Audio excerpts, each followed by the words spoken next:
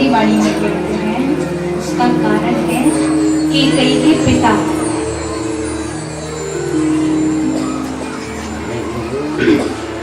कौशल्या से और सुमित्रा जी से विवाह करने के कई वर्षों बाद तक जब बालक नहीं हुए, कोई भी बालक नहीं हुआ, तब दशरथ जी ने अश्वपति की कन्या कैकेयी का हाथ मांगा था।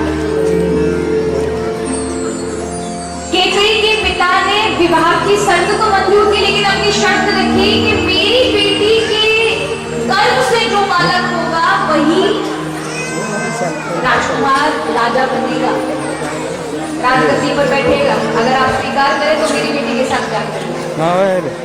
दशरथ जी को इसलिए नहीं लगा कि मेरी अन्य रानियों को इतने वर्षों से कोई बालक नहीं हुआ, तो कैकेयी से ही होगा। अब कैकेयी से होगा तो ये बन भी जाएगा, राजा नहीं बनेगा। कह दी ठीक, शर्त दे दी मैंने।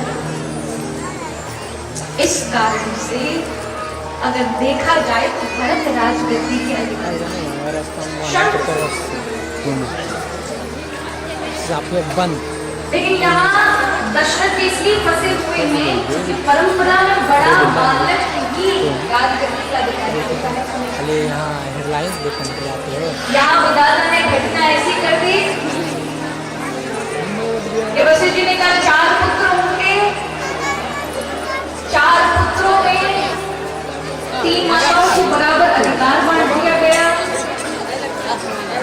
दशरथ जी सोच रहे थे कि कैकेयी का पहला बेटा हो जाए तो मेरा शर्त और मेरे वचन दोनों रह जाएंगे, लेकिन भारत भूमंडा ऐसी घटी कि पहले कौशल्या जी की बार काम की बड़े हो गए, भारत जी 18 घंटे छोटे रह गए। राम जी चैन सुनी नौवीं को दिन के 12 बजे पैदा हुए, भरत जी अगली दशमी के दिन सुबह 5 बजे पैदा हुए। 18 घंटे का बीच का अंतर रह गया। और इस कारण से दशरथ जी के मन में चिंता, अगर कैकेयी की तो बात समझ में आती, कैकेयी उससे प्रेम करती, राम जी से प्रेम करती, वो तो नहीं, लेकिन अश्वपति को पता चल गया तो वो रोड अटका दी। और कहीं कैकेयी की बुद्धि ही खराब हो गई तो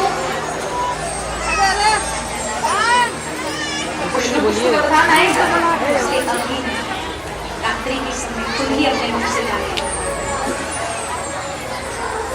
इस कारण से सबको पता था, लेकिन कहते ना होनी होकर रहती है। वो जो कैकेयी की दासी थी मंत्रा, वो ऊपर चढ़कर सजती हुई नगरी को देखती है, कौशल्या जी का महल सजता हुआ देखती है, कौशल्या की दासी को देखकर पूछती है क्या हो रहा है। दासी कहती है तुम्हें नहीं पता कल युवराज पद पर राम नहीं बैठेंगे। वो दासी की बात है, वो कहती है कि युवराज पद पर राम बैठेंगे तो ये कैकेयी की दासी सोचती है कि ये तो राजमाता बन जाएगी, मेरा औहदा कम हो जाएगा।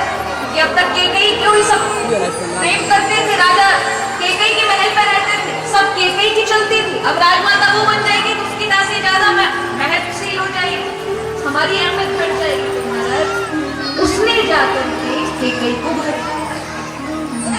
याद रखिए, कभी भी किसी की कुबुद्धि में नहीं फंसना चाहिए।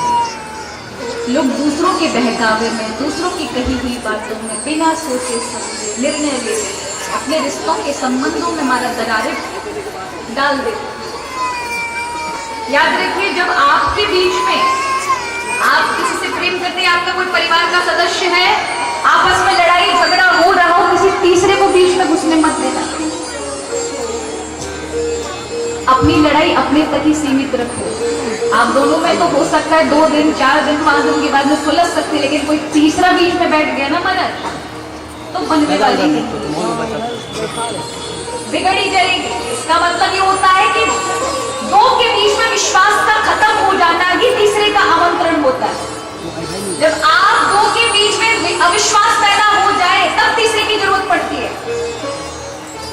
तीसरे की आवश्यकता ना पड़े ऐसा कभी मत करिए। तो यहाँ इसलिए जल्दी करने की, यहाँ ऐसी कथा आती है कि इन उत्तानपाद की भी 2 रानियां थी जो मनु महाराज के बड़े बेटे हैं। इन्हें छोटी वाली रानी से बहुत प्रेम था, बड़ी वाली रानी की सुंदर नहीं थी तो छोटी वाली रानी के मुंह के काम रानी को निकाल दिया।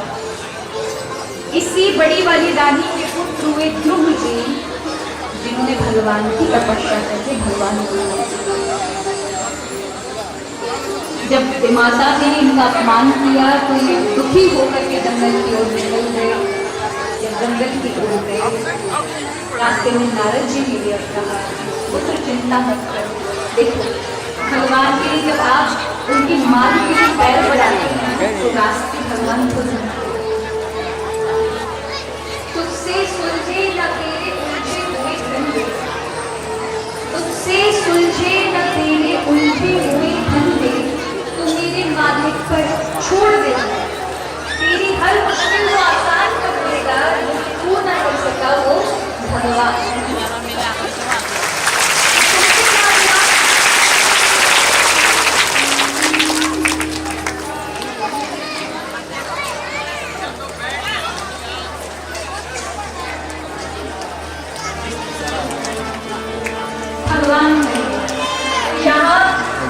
देवी आप मार्ग रखते हैं, प्रभु में आप कहीं ना कहीं कोई ना कोई माध्यम पकड़ा देते हैं। नारद जी ने वृंदावन लेकर जाओगे, नारद जी के दरबार जाके नींद लगाइए, तो भी जाते हैं वृंदावन ठाकुर जी का दर्शन पाने के लिए।